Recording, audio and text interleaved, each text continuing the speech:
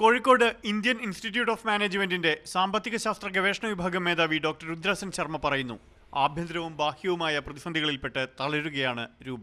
ഒന്നാം UPA സർക്കാരിന്റെ അവസാന ഘട്ടവും രണ്ടാം UPA സർക്കാരിന്റെ ആദ്യ പകുതിയിലുമായി സംഭവിച്ച സാമ്പത്തിക വളർച്ചയിലെ സുവർണകാലം ആഴത്തിലുള്ളതായിരുന്നില്ലെന്ന് ഡോക്ടർ സെൻ ശർമ്മ പറഞ്ഞു. 5 ആണ്ട് മുമ്പ് തുടങ്ങിയ US മാന്ദ്യത്തിൽ നിന്ന് ലോകം കരകയറിയിട്ടില്ല. ഉത്തേജക പാക്കേജുകളും ജനപ്രിയ പദ്ധതികളും ഉദ്ദേശിച്ച ഫലം ചെയ്തില്ല. ലോകമെമ്പാടുമുള്ളതാണ് ഇപ്പോഴത്തെ തളർച്ച. ഇത് ഇന്ത്യയിൽ ഒതുങ്ങുന്നതല്ല. യൂറോപ്യൻ രാജ്യങ്ങളും ബ്രിക് രാജ്യങ്ങളും സമാനമായ പ്രതിസന്ധിയിലാണ്. അഴിമതിയും നയരൂപീകരണത്തിലെ പാളിച്ചകളും ഇന്ത്യക്ക് തിരിച്ചടിയായിട്ടുണ്ട്. ഉറച്ച തീരുമാനങ്ങൾ എടുക്കാൻ മൻമോഹൻ സിംഗിന് സാധിച്ചില്ല. We talk a lot about policy paralysis and parliament paralysis, but that I suppose is expected as part of electoral cycles.